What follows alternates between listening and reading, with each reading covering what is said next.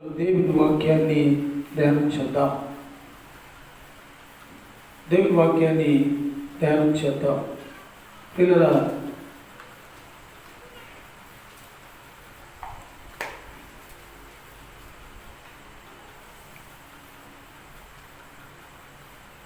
ప్రభు అయినటువంటి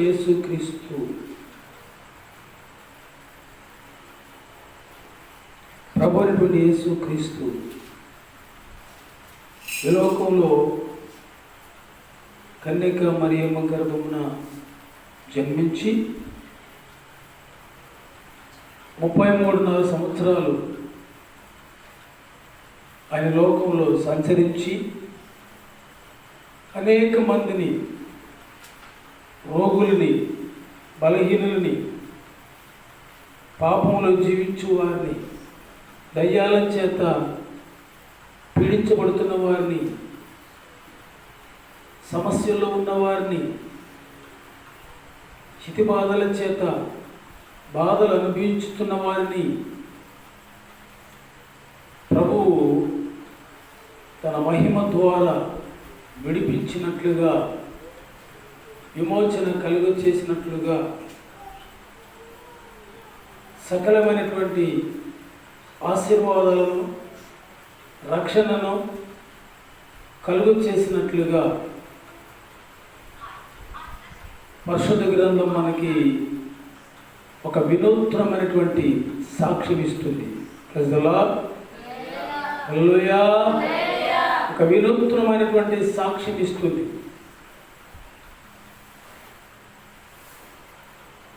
అయితే ఆయన ఈ లోకంలో సంచరించిన సమయంలోనే కాకుండా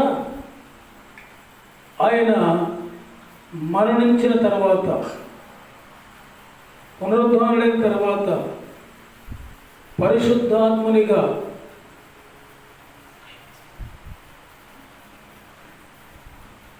తన శిష్యులైనటువంటి అపోస్తులుగా నియమింపబడినటువంటి తన శిష్యుల ద్వారా తన కార్యములను జరిగించుచూ వచ్చాడు. పిల్లలా గమనిస్తే అనేక మందికి లోకంలో రక్షణ కలిగజేసిన రక్షకుడుగా ఆయన ప్రత్యక్షమయ్యాడు. కనుక ఆ రక్షణ పొందిన వారు ఆ రక్షణను కొనసాగించుకుంటున్న వారు ఆ రక్షణ విలువను భయభక్తులతో భద్రం చేసుకుంటున్నటువంటి వారు ఎంతమంది ఉన్నారో వారందరిని బట్టి రాయబడింది. రక్షణ కోల్పోకుండా దేవుని ఆత్మను అభిషేకంగా పొంది దేవుని రాజ్యము నిమిత్తమై అనేకమైనటువంటి శ్రమలు, బాధలు, హింసలు, అవమానాలు, నిందలు, వేదనలు అనుభవించినటువంటి వారు లేకపోలేదు. వారందరికీ ఆయన రాజ్య ప్రాప్తిని కలిగజేసినట్టుగా మనం చూస్తున్నాం. ప్రజలా అయితే ఈ విధంగా శ్రమలు, కష్టాలు, బాధలు అనుభవించినటువంటి తన శిష్య బృందములో ఒక ప్రత్యేకమైన వ్యక్తి మనకు కనిపిస్తాడు. ప్రత్యేకమైనటువంటి ఒక వ్యక్తి మనకు కనిపిస్తాడు. ఆయన ఎవరంటే తరచూ ఆయన రొమ్మున ఆనుకునేవాడు. ఆయన తన హృదయాన్ని ఆనించి హత్తుకునేవాడు. ఆయనను ప్రేమించినవాడు. ఆయనే యోహాను, శిష్యుడైన యోహాను. ఈ శిష్యుని యోహాను పద్మాసు దీవిలో 6 నెలలు పరవశుడై ఉండగా, పద్మాసు దీపమున 6 నెలలు పరవశించి పరవశత్వములో ఉండగా ప్రభు ఆయనకి కొన్ని దర్శనములు చూపించాడు. ఈ సృష్టిలో కొన్ని సంభవాలు జరగబోతున్నాయి అని అనేకమైనటువంటి విషయాలను ప్రభు యోహానికి చూపించడం దర్శనం ద్వారా జరిగినటువంటి విషయాలు ఈ ప్రకటన గ్రంథంలో విషయాలు. అయితే ఈ ప్రకటన గ్రంథంలో అన్ని విషయాలు మనము వివరించుకోలేము, అన్ని విషయాల గురించి అవగాహన చేసుకోలేము. ఏదో దేవుడిచ్చినటువంటి సమయాన్ని బట్టి కొంత మట్టుకు కొంతలో కొంతగా కొన్ని విషయాల్ని మనము పరిశీలన చేసుకుందాం, లేక లేఖనాల్ని మనము చూద్దాం. యోహాను రాసిన ప్రకటన గ్రంథంలో నుంచి మొదటి అధ్యాయంలో 15వ వాక్యమును మనం చదువుకుందాం. ప్రకటన గ్రంథంలో నుంచి మొదటి అధ్యాయంలో 15వ వాక్యమును మనము చదువుకుందాం. మొట్టమొదటి పాయింట్, ఆయన పాదములు కొలిమిలో పుటము వేయబడి మెరయుచున్న అపరంజితో సమానమై ఉండెను అని రాయబడింది కొటేషన్. ఆయన పాదములు కొలిమిలో పుటము వేయబడి మెరయుచున్న అపరంజితో సమానమై ఉండెను అని రాసినటువంటి మాటని మనం చూస్తున్నాం. ప్రియులారా, ఆయన పాదములు ఈరోజు మనకు ప్రత్యేకం. ఆయన పాదములు ఈరోజు మనకు ప్రత్యేకమైనటువంటి విషయం. ఇక కొలిమి ఉంది, పుటమి ఉంది, మెరిసేటువంటి నక్షి పని ఉంది, అపరంజి ఉంది, ఇంకా చాలా ఉన్నాయి అక్కడ విషయాలు. ఇంకా చాలా విషయాలు ఉన్నాయి. కానీ నేను ఇందాక చెప్పాను, అన్నీ తెలుసుకునేదానికి మనకి అంత జ్ఞానం లేదు, సమయం కూడా లేదు. ఉన్న సమయంలో ఉన్న కొన్ని విషయాలు మనం తెలుసుకుందాం. Praise the Lord. Hallelujah, hallelujah. దేవుని ప్రియమైన సంగమా, మెట్టికి మీతో నేను చెప్పే మాటలు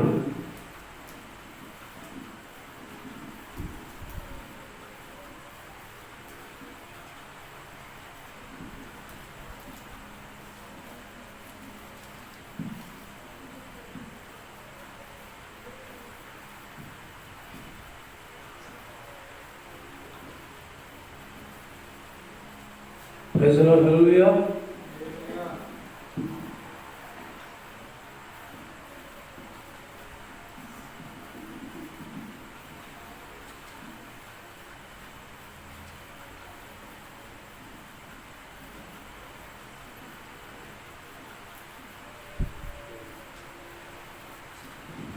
చూద్దాం.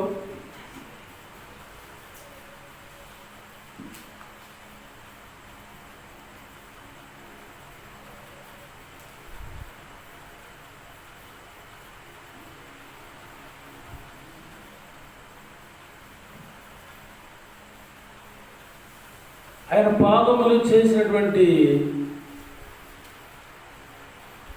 కార్యముల గురించి 3 విషయాలుగా నేను పరిశుద్ధ గ్రంథంలో చూపించి త్వరగా ముగించాలి ఇష్టపడుతున్నాను. మొదటిగా మత్తయి సువార్త 14వ అధ్యాయము 25వ వాక్యాన్ని మాట చదివితే, మత్తయి సువార్త 14వ అధ్యాయం 25వ వాక్యాన్ని, రాత్రి 4వ జామున ఆయన సముద్రం మీద నడుచుచు వారి యొద్దకు వచ్చెను. రాస్తుంది అక్కడ, ఏం రాస్తుంది? రాత్రి 4వ జామున ఏం రాస్తుంది? ప్రభువైనటువంటి యేసయ్య ఆయన పాదములు ఎక్కడ నడుస్తున్నాయో రాయబడింది? సముద్రములో కాదు, సముద్రములో కాదు, సముద్రం మీద. అక్కడ ప్రత్యేకం ఏంటంటే సముద్రములో అని రాయాలి. వాస్తవంగా సముద్రములో అని చెప్పబడాలి, సముద్రములో అని చూపించాలి. కానీ అక్కడ సముద్రములో కాదు, సముద్రము మీద. పిల్లలు గమనించండి, సముద్రము దేనికి సాదృశ్యంగా ఉందంటే లోకమునకు సాదృశ్యముగా ఉంది, లోకానికి గుర్తుగా ఉంది. లోకానికి గుర్తుగా ఉన్నటువంటి ఈ సముద్రము ఆయనను అంటుకోలేదు, ఆయన దానికి అంటుకోలేదు. అందుకే అక్కడ సముద్రము పైన, అసలు వాస్తవమైతే సముద్రములో మనము ఒకవేళ సముద్రములో ఏదన్నా ఒక యాత్ర లేదా సముద్రంలో ఏదో విహార యాత్రలు కొంతమంది చేస్తారు కదా, చిన్న చిన్న బోట్లు వేసుకొని. అప్పుడు ఏమంటారు తెలుసా? మనం ఏం చెప్తాం తెలుసా? మేము సముద్రంలోకి పోయినామంటాం.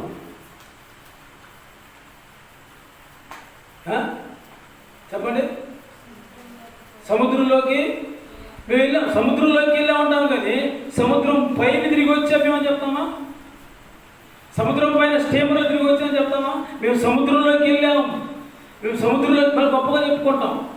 ఇదేదో పెద్ద మంచి పనిగా ఉన్నట్టు, మంచి మాటగా ఉన్నట్టుగా మనకి అర్థం కాక ఏదో గొప్పతనం మానవ రీత్యా ఆలోచన చేసుకొని మాట్లాడుతున్న మాట అనమాట. మేము సముద్రంలోకి వెళ్ళాం, మేము సముద్రంలో మునిగాం, మేము సముద్రానికి వెళ్ళాం అని చెప్పుకోవడంలో చాలా అర్థం ఉంది. సముద్రము లోకానికి గుర్తు. చెప్పండి, సముద్రము లోకానికి సాదృశ్యం. అందుకని ప్రభు ఇక్కడ సముద్రములో అని కాదు, సముద్రము పైన. ఆమేన్. సముద్రము పైన. రాత్రి 4వ జామున ఆయన సముద్రము మీద నడిచాడు. ఇప్పుడు సముద్రం ఎక్కడుంది? సముద్రం ఎక్కడుంది? ఆయన కింద ఉంది. ఆయన ఎక్కడున్నాడు? సముద్రము మీద ఉన్నాడు. అర్థం చేసుకోవాలి. మనం బాగా గమనించినప్పుడు లోకమైనటువంటి పాపము, లోకములో ఉండే పాపము యేసు ప్రభు పాదాల కింద ఉంది. దేవునికి స్తోత్రం కలుగును గాక. యేసు ప్రభు పాదాల కింద ఉంది అంటే పాపమును జయించినటువంటి వాడుగా మనకు కనబడుతున్నాడు, విజయశీలుడిగా మనకు కనబడుతున్నాడు,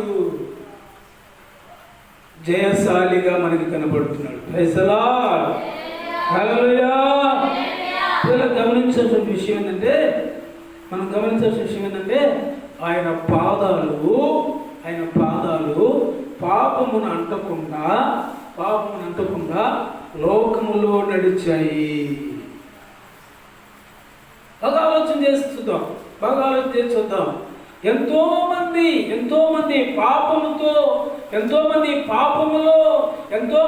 పాపము చేత నడిపించబడుతున్నటువంటి వారి యొద్దకి వెళ్ళలేదా యేసు ప్రభు? వెళ్ళలేదా? వెళ్ళాడు. అంత అర్థమయ్యే విషయంలో సమరయ స్త్రీ ఎవరో తెలుసా?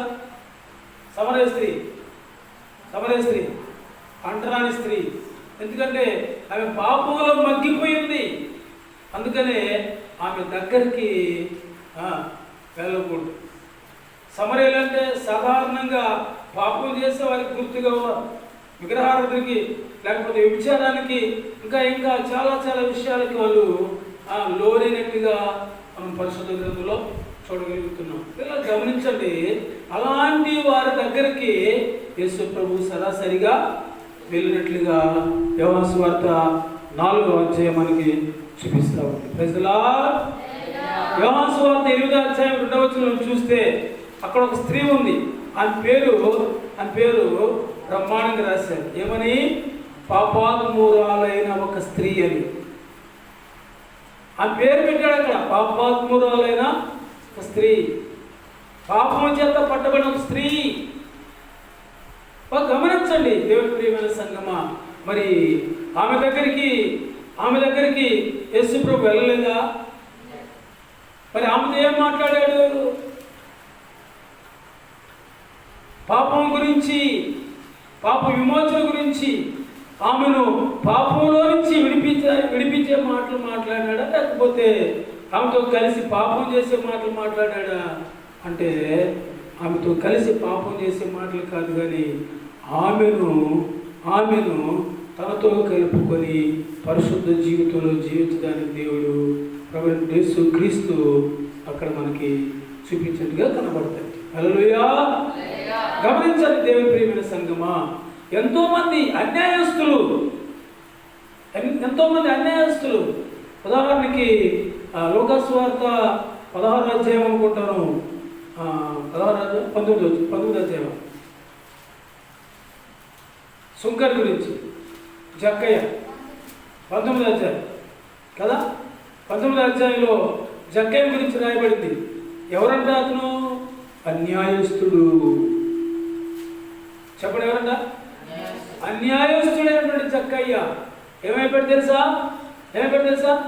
అబ్రహాము కుమారుడిగా మార్చబడిపోయాడు. ఎవరి వల్ల? ప్రభు అయినటువంటి యేసయ్య. గమనించండి, దుర్మార్గపు స్థితిలో ఉన్నవారు, దుర్మార్గపు క్రియలు చేస్తున్నవారు, వారు కూడా ప్రభు మాటకు లోబడి ప్రభు యొక్క జీవితంలో వారందరూ విలీనమైపోయినట్టుగా మనం చూస్తున్నాం. దేవునికి స్తోత్రం కలుగును గాక. హల్లెలూయా. పిల్లరా, చరిత్రలో కొన్ని విషయాలు చెప్పబడిందని నేను చెప్తే నేను వేరే వాళ్ళు సేవకులు చెబుతుండగా విన్నాను. నాకైతే స్పష్టంగా తెలియదు, కానీ కొంతమంది చెబుతుంటే విన్నటువంటి మాట. ఏంటో మాట అంటే, ప్రభు శిలువలో ఉన్నప్పుడు ఆ బల్యంతో డొక్కలో పొడిచినప్పుడు ఆ డొక్కలో నుంచి నీళ్లు రక్తము కారిన రాసింది. ఆ నీళ్లు రక్తం కారినప్పుడు ఆ రక్తము పొడిచినటువంటి ఈ ప్రధాన ఎవరైనా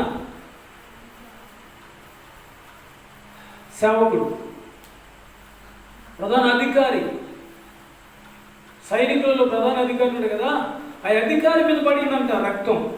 ఆల్రెడీ ఆయనకి కుష్ఠరోగం ఉందంట. చెప్పండి, ఏముంది? కుష్ఠరోగం ఉందంట. కుష్ఠరోగం కూడా ఆయనకి పోయింది. ఇక్కడ గమనించండి, మరి ఎంతోమంది కుష్ఠరోగుల్ని బాగు చేయలేదా? వాళ్ళందరి దగ్గరికి వెళ్ళాడు, ఆ కుష్ఠ అంటుకునిందా? ఎంతోమంది వ్యభిచారం దగ్గరికి వెళ్ళాడు, వాళ్ళ వ్యభిచారం నేర్చుకున్నాడా? ఎంతోమంది దొంగలను మార్చాడు, ఆ దొంగలు నేర్చుకున్నటువంటి దొంగతనం ఈయన చేశాడా? ఎంతోమంది అన్యాయస్తులు, ఆ అన్యాయస్తుల దగ్గరికి వెళ్ళినప్పుడు ఆ అన్యాయంలో ఈయన పాల్పొంగు పొందాడనంటే లేనే లేదు. వీళ్ళు గమనించండి, సముద్రము మీద ఆయన నడుచుచూ ఉన్నాడు. ఆయన పాదాలు ఎక్కడ నడుస్తున్నాయంట? సముద్రము మీద. సముద్రం అనగా లోకానికి గుర్తు, లోకానికి సాదృశ్యం, లోకంలో ఉన్న పాపానికి సాదృశ్యం. పాపములో ఎన్నో రకాల పాపాలు ఉన్నాయి. ఎంతోమంది ఎన్నో రకాలుగా పాపాలు చేసేటువంటి వారు ఉన్నప్పటికీ వారితో ఏమాత్రం ఏకీభవించిన వాడుగా కాకుండా ఒక ప్రత్యేకించిన వాడుగా ఉన్నాడు మన ప్రభువైన యేసయ్య. హల్లెలూయా. కాబట్టి ఆయన పాదములు లోకములో ఉన్నటువంటి పాపము పైన నడిచాయి, కానీ పాపములో నడవలేదు. కాబట్టి మనం కూడా ఎన్నో విషయాలు మనకి తటస్థమవుతూ ఉంటాయి, ఎన్నో విషయాలు మనకి ఎదురాడుతూ ఉంటాయి, ఎన్నో విషయాలు మనల్ని వశపరుచుకోవాలని చూస్తాయి, ఎన్నో విషయాల్లో మనల్ని బలహీనపరచాలని చూసినప్పుడు ప్రభు వైపు చూసిన వారమై ఆయన పాదములు పాపానికి అంటుకోకుండా వెళ్ళినట్లుగా మన జీవితంలో మన నడకలు కూడా పాపం వైపు కాకుండా ప్రభు వైపు నడిస్తే ఎంత మేలు. ఆమేన్, ఆమేన్, హల్లెలూయా. రెండో విషయం చూద్దాం. రెండో విషయం లూకాసు వార్త 7వ అధ్యాయం 37 నుంచి 39 వరకు చదువుకుంటే కొన్ని విషయాలు మనకి ఇక్కడ కనబడతాయి. లూకాసు వార్త 7వ అధ్యాయం 37 నుంచి నుంచి 39 మనం చదివితే అక్కడ కొన్ని విషయాలు మనకి తటస్థపడతాయి. ఆ ఊరిలో ఉన్న పాపాత్మురాలైన ఒక స్త్రీ యేసు పరిశీలిత భోజనమునకు కూర్చున్నాడని తెలుసుకొని ఒక బుడ్డిలో అత్తరు తీసుకొని వచ్చి వెనుక తట్టు ఆయన పాదముల యొద్ద నిలబడి ఏడ్చుచు కన్నీళ్లతో ఆయన పాదములను తడిపి తల వెంట్రుకలతో తుడిచి ఆయన పాదాలు కన్నీళ్లతో కడిగిన తర్వాత ఆయన పాదాలను తల వెంట్రుకలతో తుడిచెను. ఉందా తర్వాత మళ్ళీకో మాట్లాడుతుంది కదా, ఆయన పాదములను ముద్దు పెట్టుకోవడమే కాకుండా ఆ పాదాలకు అత్తరును పోసినట్టుగా మనము చూస్తూ ఉన్నాం. దేవునికి స్తోత్రం కలుగును గాక. ఈ రెండవసారి చూపించే పాదాలు ఏం పాదాలంటే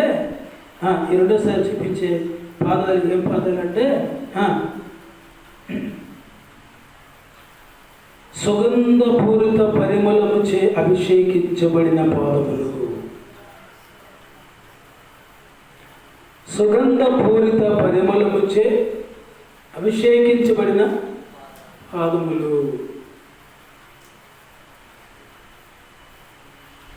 ఆలోచించేద్దాం.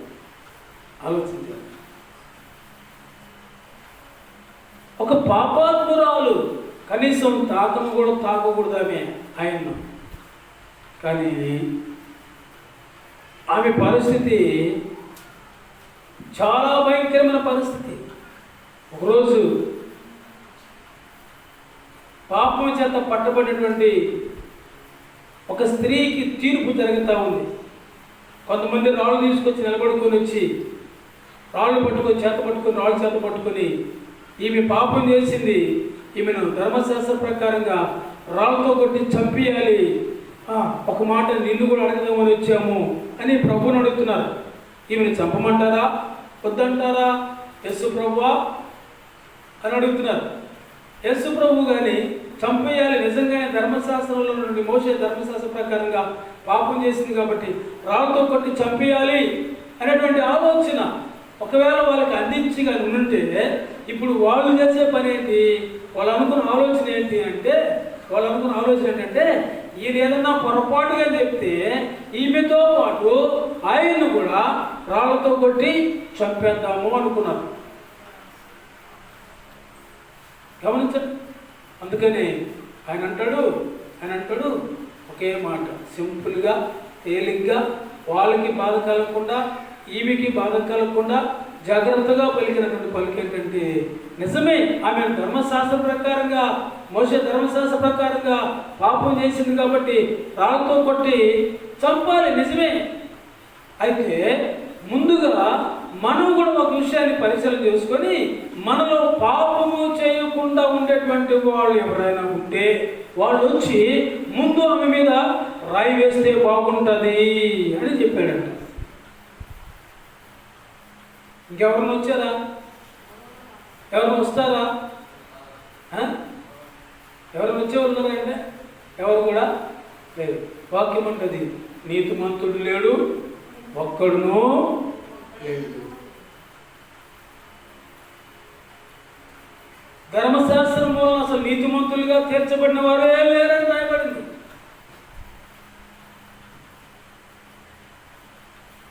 ధర్మశాస్త్రం వలన నీతిమంతులుగా తీర్చబడిన వారు ఎవరూ లేరని రాయబడింది. ఎందుకంటే ధర్మశాస్త్రాన్ని నెరవేర్చడానికి మానవుడికి శక్తి చాలక, అందుకే దేవాతి దేవుడు కుమారుడిగాను పరిశుద్ధుడిగాను సశరీరుడిగాను సంపూర్ణమైన మానవుడిగాను ఈ లోకానికి కన్యక మరియమ్మ గర్భం ద్వారా మనకి క్రీస్తుగా ప్రత్యక్షమయ్యాడు. అప్పుడు కూడా దేవుని స్తోత్రం చెప్తాం. దేవుని ప్రేమ సంగమా, మరి అటువంటి ప్రభువైనటువంటి యేసు క్రీస్తు తీర్పు తీర్చేటప్పుడు ఈ తీర్పు వింటూ వెనకాల ఒక స్త్రీ నిలబడిందంట.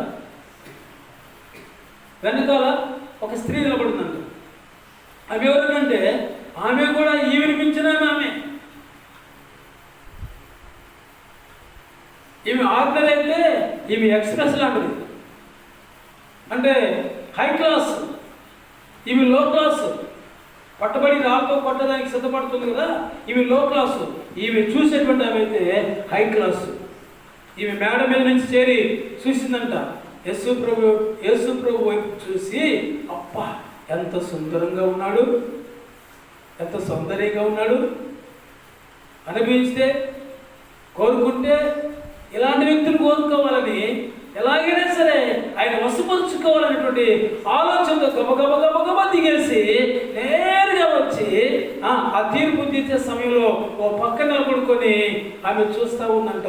ఎప్పుడెప్పుడు పక్కకు వస్తాడా, ఎప్పుడెప్పుడు మాట్లాడదామా, ఎప్పుడెప్పుడు మన మాటలతో వశం చేసుకుందామా, వంచుకుందామా అనేటువంటి ఆలోచనతో ఉన్నటువంటి ఆమె మనస్సుని పరిశుద్ధాత్ముడు ఆ హృదయాన్ని దర్శించాడు. ప్రజలా హల్లెలూయా. ఆమె హృదయాన్ని దర్శించాడు ప్రభువైనటువంటి పరిశుద్ధాత్ముడు. ఎప్పుడు దర్శించాడో ఆమె అంతరంగంలో ఒక మాట మాట్లాడడం జరిగింది. పాపాత్మురాల, పరిశుద్ధుడిని నువ్వు ఆ విధంగా ఉద్దేశించుకుంటావా, ఆలోచించుకుంటావా? నీకేమన్నా మతిపోయిందా? ఒక్కసారి ఆయన చూడు, ఆయన అంతరంగం చూడంటే అప్పుడు ఆయన అంతరంగం చూసినప్పుడు అబ్బబ్బబ్బబ్బా ఇంకా ఆమె నిలబడలేకపోయింది, ఆమె తాలుకోలేకపోయింది, ఆమె తట్టుకోలేకపోయింది. పెళ్ళు బుక్కున బళ్ళు ఏడ్చేసింది. అయ్యో నేను ఎంత పాపాత్మురాలని, ఎంత దుర్మార్గురాలని, అయ్యో నా వంటి పాపాత్మురాలు ఈ లోకంలో మరి ఎవరైనా ఉన్నారా అని పశ్చాత్తాపంతో ఏడ్చి తన పాపమంతా కడిగేసి ఏం చేసిందండి? తన పాపమంతా కడిగేసి ఒకరోజు ప్రభు పరిసయ్యునింట, సీమోనింట భోజనం చేస్తున్నప్పుడు ప్రభు ఎక్కడ ఉన్నాడని ఆమెకి సమాచారం అందినప్పుడు ఆ భావంతో, ఆ మంచి మనసుతో, ఆ మారు మనసుతో, ఆ పవిత్రమైన మనసుతో, ఆ పరిశుద్ధమైన మనసుతో సరాసరి నేరుగా వచ్చేసిందంట. చూసేదానికి ఆయన భోజనం చేస్తూ ఉన్నాడు, ఆయన భోజనం చేస్తూ ఉన్నాడు. ప్రభు పాదాల ఇక్కడికి వచ్చి ఆయన పాదాల మీద ముఖం పెట్టి తన కన్నీళ్ళంతా ఆ పాదాల మీద కారుస్తా ఉన్నట. చి పాపాత్మరావు దూరంలో అంటాడా? పాపములో ఉన్నా కూడా నన్ను విడువలేదయ్యా, దోషముతో నేనున్నాను, నన్ను మరువలేదయ్యా, దోషముతో నేనున్నాను, నన్ను మరువలేదయ్యా. యేసయ్యా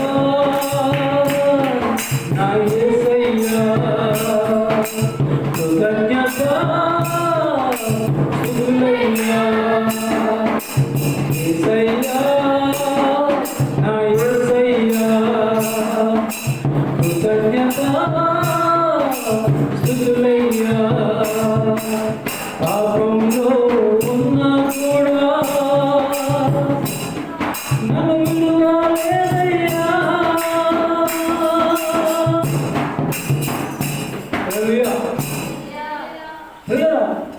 పాపంలో ఉందని, పాపాత్మురాలని, దోషంతో నిండిపోయిందని, దీన్ని మనం తాకూడదు, దానికి చేరనీయకూడదు అనుకోలేదు. ఆయన హక్కును దగ్గరికి పిలిచి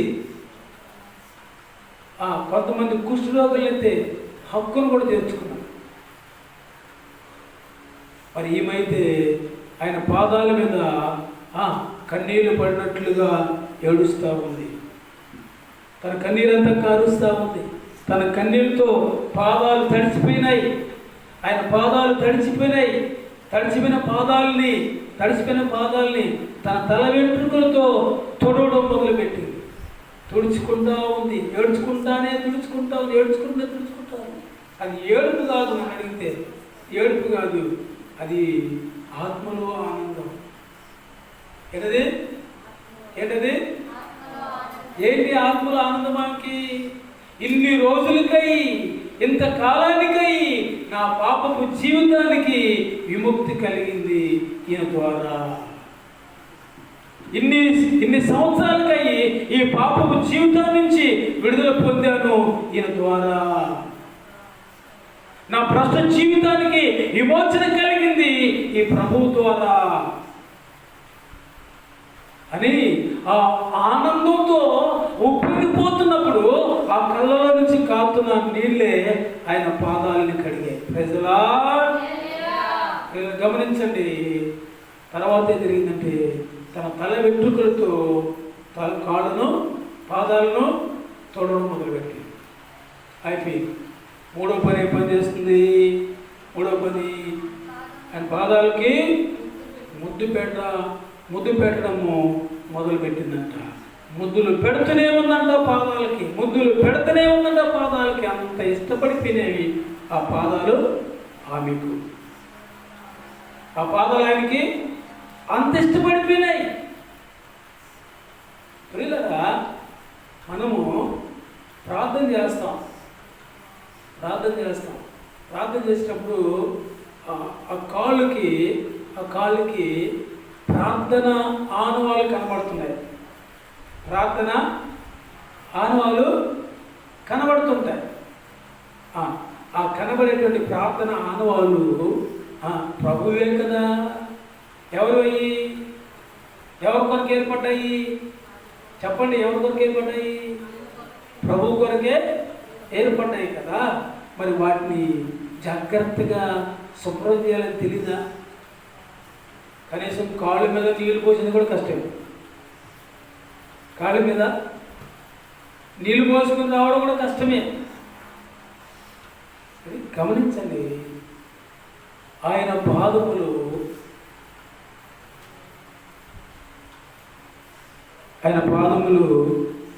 సుగంధ పూరిత పరిమళముచే అభిషేకించబడిన విలువైన పాదాలు. ఆమె చివరి దశలో ఏం చేసింది? చివరి దశలో ఆ పాదాలకి తన ఆస్తి అంతా అమ్ముకొని, తన ఆస్తి అంతా పోగొట్టుకొని చివరిలో ఉన్న దాంతో అద్దరు కొనుక్కొని వచ్చి ఆయన పాదాలకు పూసినట్టుగా మనము చూస్తాం. దేవుని స్తోత్రం. కాబట్టి దేవుని ప్రియమైన సంగమా, మనం కూడా యేసు ప్రభు పాదాలు పట్టుకోవాలి. ఆయన పాదాల మీద ఒరిగిపోవాలి, కరిగిపోవాలి, ఒదిగిపోవాలి. ఎప్పుడైతే ఆయన పాదాల దగ్గర ఒదిగిపోతామో దేవుడు మనల్ని ఎదిగేటట్టుగా చేస్తాడు. దేవునికి స్తోత్రం. హల్లెలూయా. అదే ప్రియమైన సంగమా, మన జీవితంలో ఎన్నో అతిక్రమాలు, మన జీవితంలో ఎన్నో పాపాలు, మన జీవితంలో ఎన్నో దోషాలు, మన జీవితంలో దేవునికి కానిటువంటి పనులు ఎన్నో చేసి వాటిని ఒప్పుకోకుండా చచ్చిపోకూడదు. వాటిని విడిచిపెట్టకుండా, లోకాన్ని విడిచిపెట్టకూడదు. వాటిని దూరం చేయకుండా ప్రభుకి దగ్గర కాకూడదు. గుర్తుపెట్టుకోవాలి. ఎప్పుడైతే మన జీవితంలో ప్రభువుకి కానిది ఏదో వదిలిపెట్టేస్తావో అప్పుడే ప్రభువు చెంది మన వలన పరిశుద్ధాత్ముడు ఆనందిస్తున్నాడు. లోకాసువార్త 15వ అధ్యాయంలో రాసిన మాట, ఒక పాపి మారు మనసు పొందినప్పుడు పరలోకంలో ఉన్నటువంటి ప్రభు ఒకడే కాదు, దూతలతో సైతం ఆనందిస్తూ గంతులు వేస్తున్నారని రాయబడింది. కాబట్టి ఒక పాపాత్మురాలు ఆయన పాదాల మీద తన కన్నీళ్లు కాల్చినట్లుగా మనం కూడా ప్రతినిత్యం, ప్రతిరోజు ప్రభు యొక్క సన్నిధిలో ప్రార్థన చేస్తూ ఉండాలి. కన్నీటితో ప్రార్థన చేస్తూ ఉండాలి. ఆమె తల వెంట్రుకలతో ఆయన పాదాలు తుడిచినట్లుగా మన దేవుని సన్నిధిలో మన పాపములన్నీ ఒప్పుకొని విడిచిపెడతా ఉండాలి. ఆమె పాదాలకి ముద్దు పెట్టినట్లుగా ఆయన మాటలు తీసుకుని వెళ్ళి అనేకులకి కష్టపడి కష్టమైనా సరే ఇష్టపడి మోసుకుని వెళ్ళి అందరికీ ప్రకటిస్తూ ఉండాలి. ఆమె అత్తరు పూసినట్లుగా ఆయన పాదాలకి ఆమె అత్తరు పూసినట్లుగా అనేకులకి సాక్ష్యాన్ని ప్రభు నిన్ను రక్షించిన దాన్ని బట్టి, ప్రభు నీకు చేసిన మేలు బట్టి, ప్రభు నిన్ను ఏ విధంగా రక్షించాడో, ఏ విధంగా ఆయన మేలు నీకు అనుగ్రహించబడుతుందో అనేకులకి సాక్ష్యంగా చెప్పాలి. ఎవరి స్తోత్రం కలిగింది కాక. ప్రియులరా మరొక మాట మనం చూసుకుందాం.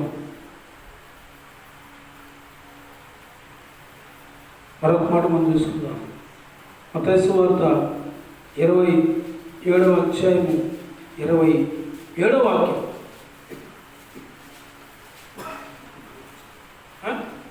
మత్తయి సువార్త 27వ అధ్యాయం 27వ వాక్యం.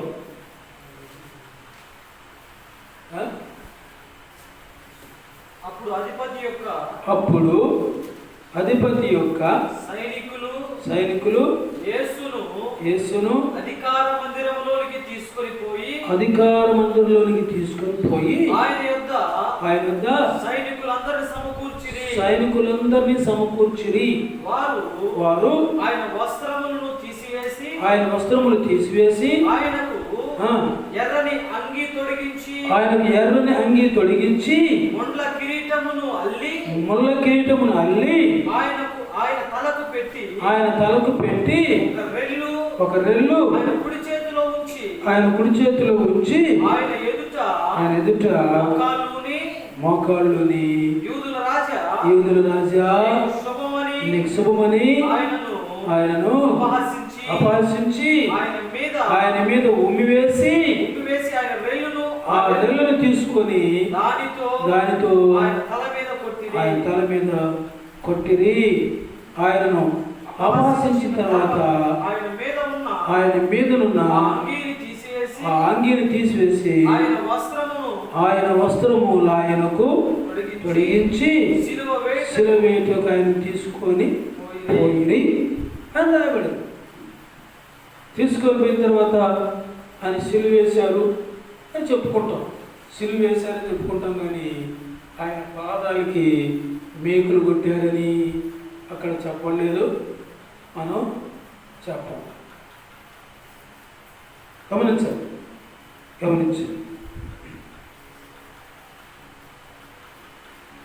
ఆయన పాదములు మేకు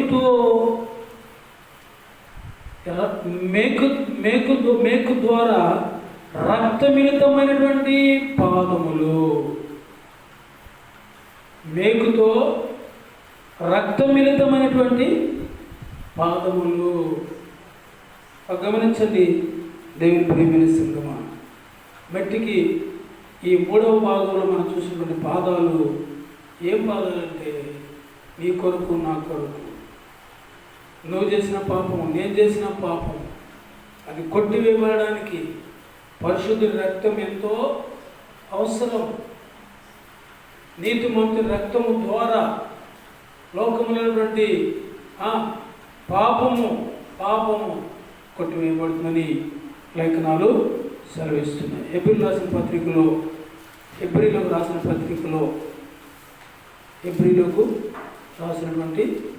పత్రికలో ఒక మాటను మనం చూస్తున్నాం. చూద్దాం. 9వ అధ్యాయం 12వ వాక్యం. మేకల యొక్కయు కోడల యొక్కయు రక్తముతో కాకుండా తన స్వరక్తముతో ఒక్కసారే పరిశుద్ధ స్థలములో ప్రవేశించెను. అంటే మేకల యొక్కయు ఎడ్ల యొక్కయు రక్తమును మైలపడిన వారి మీద ఆవు తోడ బూడిద చల్లుటయు శరీర శుద్ధి కలుగునట్లు వారిని పరిశుద్ధపరిచిన నిత్యుడగు ఆత్మ ద్వారా తన్ను తాను దేవునికి నిర్దోషినిగా అర్పించుకున్న క్రీస్తు యొక్క రక్తము నిర్జీవ క్రియలను విడిచి జీవము గల దేవుని సేవించుటకు మీ మనస్సాక్షిని ఎంతో ఎక్కువగా శుద్ధి చేయును. దేవునికి స్తోత్రం. హల్లెలూయా. మేకల రక్తంతో, కోడల రక్తంతో, ఆ రక్తంతో ఈ రక్తంతో పాపాలు పోవు అన్న సంగతి దేవునికి అర్థమైపోయింది, తండ్రికి అర్థమైపోయింది. అందుకనే తన ప్రియ కుమారుడు యేసు క్రీస్తు ద్వారా, ఆయన రక్తము ద్వారా మానవాళి మీద పరిపాలన చేసినటువంటి పాపము పోతుందన్న సంగతి ఆయన ఎరిగిన వాడై సాక్షాత్తు మనుష్య కుమారుడిగా ఈ లోకానికి రావడం జరిగింది. ఆయన కలువరి శిలువలో తన పాదాలకి మేకులు కొట్టించుకోవడం జరిగింది. ఆ మేకుల ద్వారా ఆ శరీరంలో నుంచి రక్తము రావడము, ఆ రక్తం మానవాళి పాపములను తుడిచి కడిగి పవిత్రపరచడము మనం చూసుకుంటున్నాం పరిశుద్ధ గ్రంథం ద్వారా. హల్లెలూయా, హల్లెలూయా. చూడండి, అదే అధ్యాయంలో 26వ వాక్యం.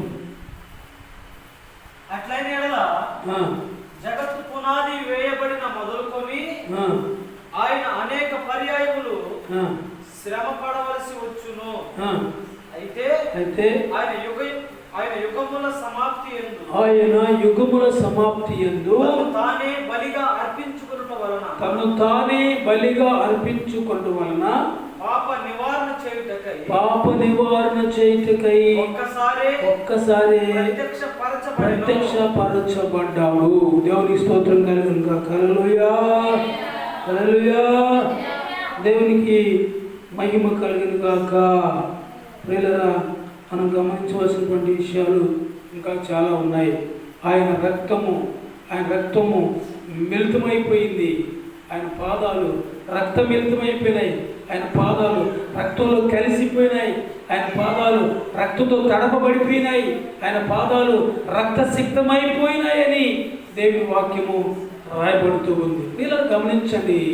ఒక భాగంలో మనం చూసినప్పుడు ఆయన పాదాలు లోకానికి అంటకుండా లోకములో జయించిన పాదాలుగా కనబడుతున్నాయి.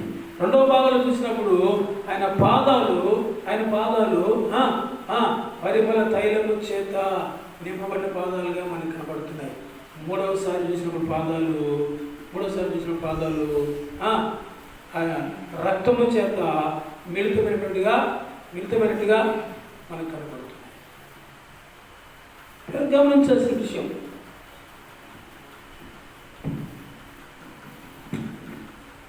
చివరి మాటల్లో మనం గమనించాల్సిన విషయం,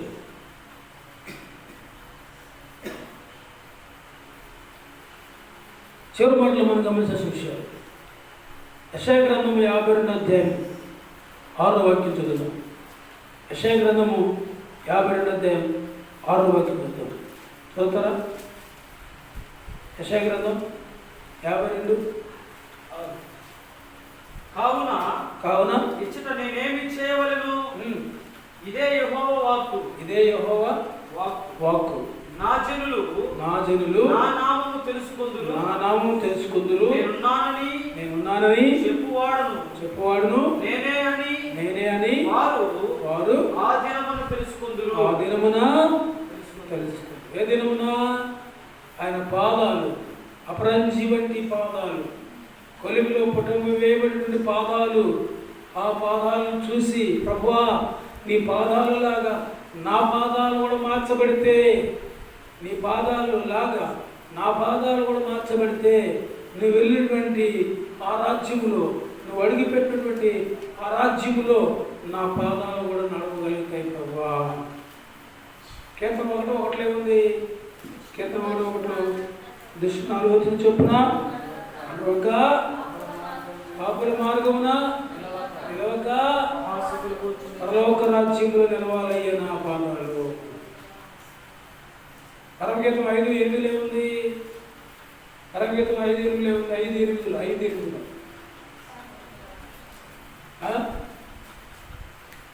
పరమగీతం 5:8 యెరూషలేము కుమార్తెలారా. యెరూషలేము పరమగీతము 5:8. ఆ, యెరూషలేము కుమార్తెలారా, అదేనా 8 చదువు. నా ప్రియుడు మీకు కనబడిన ఎడల ప్రేమాతిశయము చేత నీ ప్రియురాలు మూర్ఛలేనని మీరు అతనికి తెలియజేయనట్లు. యెరూషలేము కుమార్తెలారా, నా ప్రియుడు మీకు కనబడిన ఎడల ప్రేమాతిశయము చేత నీ ప్రియురాలు మూర్ఛలేనని మీరు అతనికి తెలియజేయనట్లు నేను మీ చేత ప్రమాణము చేయించుకొందును. గమనించాలి ప్రియులరా, గమనించాలి ప్రియులరా. ఎప్పుడైతే పాపుల మార్గమున దుష్టుల ఆలోచన చొప్పున ఇంకా అపహాసకులు కూర్చున్న చోట కూర్చుంటే మూర్ఛలుక ఏం చేస్తాయి పాదాలైతే? మూర్ఛల్ని పడిపోకుండా ఏం చేస్తారు? మూర్ఛలు పోవడం అంటే అర్థం ఏంటి తెలుసా? మూర్ఛల్ని పడిపోవడంలో మనకేం కనపడుతుందంటే కళ్ళు వారికి కనిపించవు. ఏం కనపడుతుంది వాళ్ళకి? చీకటి కనపడుతుంది. ఏం కనపడుతుంది వాళ్ళకి? మైకం అంటే ఏమీ తెలియని గాఢాంధకారంలో వాళ్ళు ఉంటారని అక్కడ రాయబడింది. గమనించాలి. ఇలాంటి పాదాలు అపరంజి వంటి పాదాలు, కొలిమిలో పొటవేయబడి పాదాలు, అలాంటి పాదాలుగా మన పాదాలని ప్రభు ద్వారా తెలుసుకొని మార్చుకోకపోతే పరలోక రాజ్యంలో మనం పోలేము కానీ పాతాళంలో పోతామని ఈ పరమగీతము 5వ అధ్యాయము 8వ వాక్యము సెలవిస్తుంది. Praise the Lord. హల్లెలూయా. దేవుని ప్రేమని సంగమా, ఇటువంటి పాతాళం కొరకు కాదు కానీ మనం పాదాలని తయారు చేసుకోవాలి, సిద్ధపరచుకోవాల్సింది ప్రభుతో కూడా పరలోకంలో చేరడానికి, పరలోక రాజ్యంలో చేరడానికి మనం కూడా పాదాలని కొలిమిలో పొట్టను వేసుకోవాలని ప్రభు వెంట మనం చేసుకుంటాం. ప్రార్థన చేసుకుందాం. చిన్న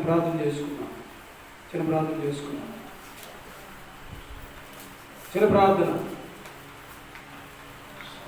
ప్రేమమయుడా, కృపాసత్య సంపూర్ణుడా, నా ప్రాణప్రియుడా, నా కొరకై పరలోకాన్ని విడిచినటువంటి త్యాగశీలి, నీకు వందనాలు, స్తుతులు, స్తోత్రాలు నాయన. ఈ రాత్రికాల సమయంలో ప్రభువు మీరు మాట్లాడుతూ వచ్చారు పాదముల గురించి. నీ పాదములు తండ్రి లోకములో ఉన్నటువంటి పాపమును జయించిన పాదాలుగా కనబడుతున్నాయి. తండ్రి నీ పాదాలు పరిమళముల చేత నింపబడిన పాదాలుగా కనిపించాయి. నీ పాదాలు మా కొరకై రక్తము కార్చినటువంటి రక్తం పాదాలుగా మాకు మీరు బయలుపరిచారు తండ్రి. అటువంటి పాదాలుగా మా పాదాలు ఎప్పుడు నీ సేవ కొరకై, నీ స్వార్థ నిమిత్తమై, నీ పరిచయ నిమిత్తమై, నీ రాజ్యము నిమిత్తమై ప్రయాసపడతాయో, ఎప్పుడైతే అవి నా తండ్రి నీ రాజ్యంలో పాలు పంపులు పొందడానికి ముందుకు సాగుతాయో నా తండ్రి, ఆ పాదాలు నీ రాజ్యంలోకి వెళ్ళగలుగుతాయని మీరు స్పష్టంగా నాతో మాట్లాడినటువంటి మాటలు బట్టి స్తోత్రం నాయన. అటువంటి పరిశుద్ధమైన పాదములుగా, సుందరమైన పాదములుగా మార్చుటకు పరిశుద్ధాత్మగా మీరు సహాయం చేయండి, ఆశీర్వదించండి. ఇంకా ఎంతోమంది పాదాలు పాపం వైపు పరిగెత్తుచూ ఉండగా పరిశుద్ధుడా, ఆ పాదాలను బట్టి ప్రభు ప్రార్థన చేస్తున్నాం. అవి పరిశుద్ధమైన పాదాలుగా, పరిశుద్ధమైనటువంటి మార్గములు నడిపించబడే పాదాలుగా మీరేనైనా తీర్చండి, సహాయం చేయండి, సరిచేయండి. ఈ రాజ్యానికి చేరినట్లుగా కృప చూపమని ప్రార్థన చేస్తూ ఈ సమయమంతట్లో మీరే మహిమ, ఘనత, ప్రభావములు పుట్టుకోమని మా ప్రభువును రక్షకుడైనటువంటి యేసుక్రీస్తు నామం పేరిట ప్రార్థన చేస్తూ ఉన్నాను తండ్రి. ఆమేన్, ఆమేన్, హల్లెలూయా. దేవునికి మహిమ కలుగును గాక. ప్రభు నామం బట్టి మీకు అందరికీ వందనాలు.